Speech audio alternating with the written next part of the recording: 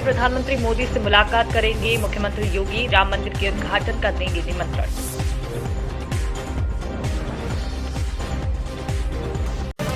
मुझे कोई दरकिनार नहीं कर सकता, जन आशीर्वाद यात्रा में नहीं बुलाने पर बोली उमा भारती।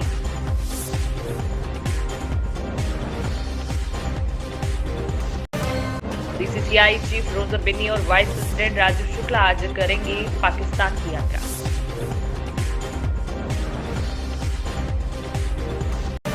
सनातन के खिलाफ उदयनिधि के बयान का विरोध। बीजेपी का डेलीगेशन तमिलनाडु भवन पहुंचा।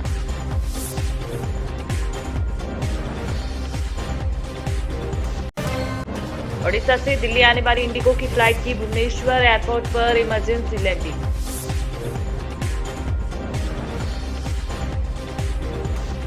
भारतीय डाक विभाग गुना डाक संभाग के अंतर्गत 172 नए ग्रामीण शाखा डाकघर खोले जा रहे हैं। डाक अधीक्षक विनय श्रीवास्तव ने एक प्रेस वार्ता में कहा कि हर एक गांव तक बैंकिंग सुविधा को पहुंचाने के लिए डाक विभाग द्वारा गुना डाक संभाग के अंतर्गत जिले में 91, शिवपुरी जिले में 37 व अशोकनगर जिले में 44 ग्रामीण शंकर डाकघर खोले जाएंगे।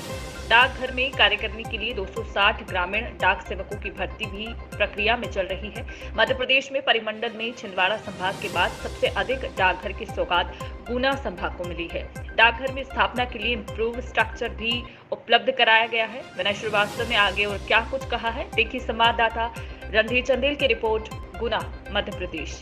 डाकघर खोले जा रहे हैं। शिवपुरी जिले में 37 नए डाकघर खोले जा रहे हैं। पेमेंट बैंक जो कि हमने प्रारंभ किया था, तो उसकी शाखाओं के रूप में भी वो डाकघर काम करेंगी।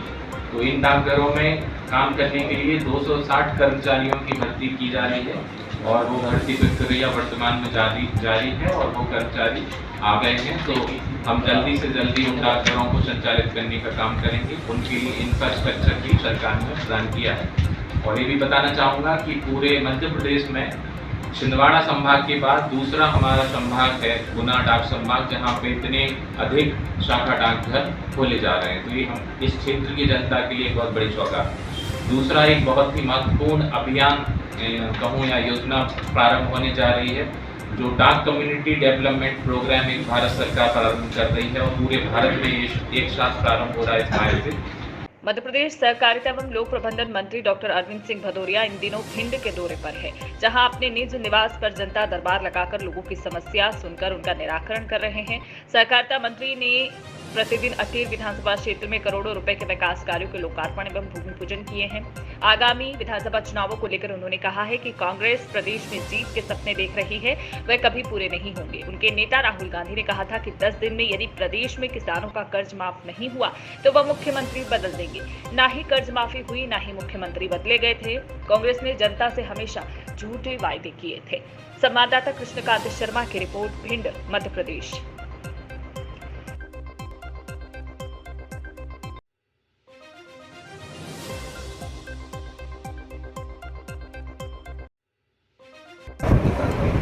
ऐसे प्रत्येक दिन जो है ना विकास के लिए, अटेर क्षेत्र की जनता जनार्दन के लिए, उनके हित के लिए, उनके स्वास्थ्य सुविधाओं, सड़क, बिजली, पानी के लिए जो बजट में सैंक्शन करा है, उन सबके भूमि पूजन का कार्यक्रम अभी लगातार चल रहा है और जन दर्शन का कार्यक्रम भी चल रहा है। जनता जनार्दन के साथ लगातार संवाद, लगातार संपर्क, लगातार बातचीत और उनकी समस्याओं को समाधान। तो ऐसे सुबह से लेकर रात के 10 बजे तक 9 बजे तक पर डे ऐसे कार्यक्रम चलते हैं। आगामी विधानसभा चुनाव को लेकर कांग्रेस भी जीत का दावा कर रही है। कांग्रेस जो है ना, मैं आपके दावे के साथ कह रहा हूँ, 100% भारतीय जनता पार्टी की मध्य प्रदेश में सरकार बनेगी, जनता जनार्दन की कृपा से और भारतीय जनता पार्टी के कार्यकर्ताओं का अथक प्रयास से।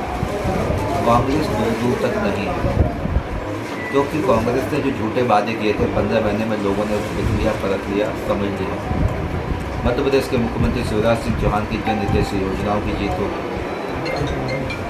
मध्य प्रदेश की जनता के सपनों को साकार करने वाले नेता की जीत होगी और भारतीय जनता पार्टी के कार्यकर्ताओं का निरंतर प्रयास की जीत होगी।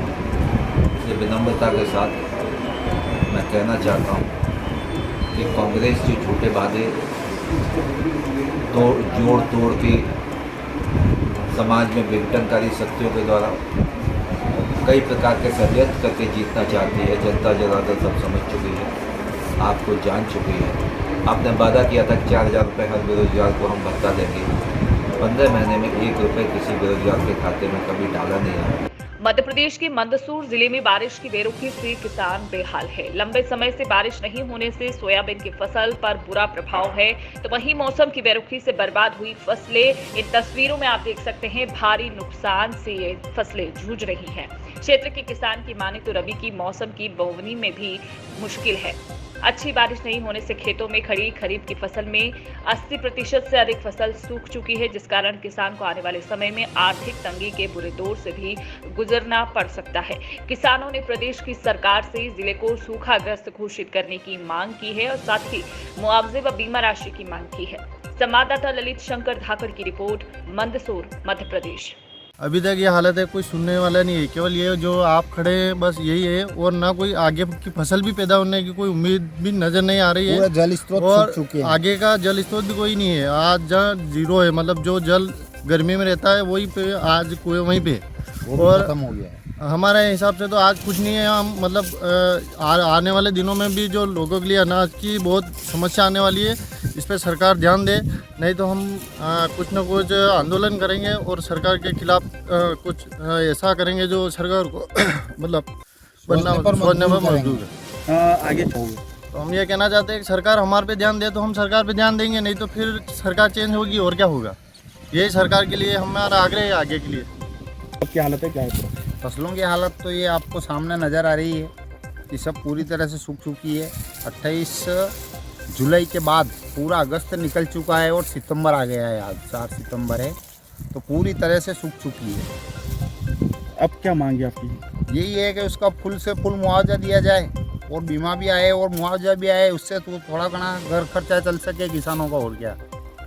तो कुछ भी इनकम नहीं है किसानों को, और क्या इनकम है। फसल थी, पूरी लागत लग चुकी है इसमें, उसके बाद ये अब सूख गई है। लेकिन ये फसल सूख गई, किसानों के बारे में कोई नहीं बोलना चाहता है। तो मैं आपका धन्यवाद करता हूँ कि आपने इतना तो ध्यान लगाया।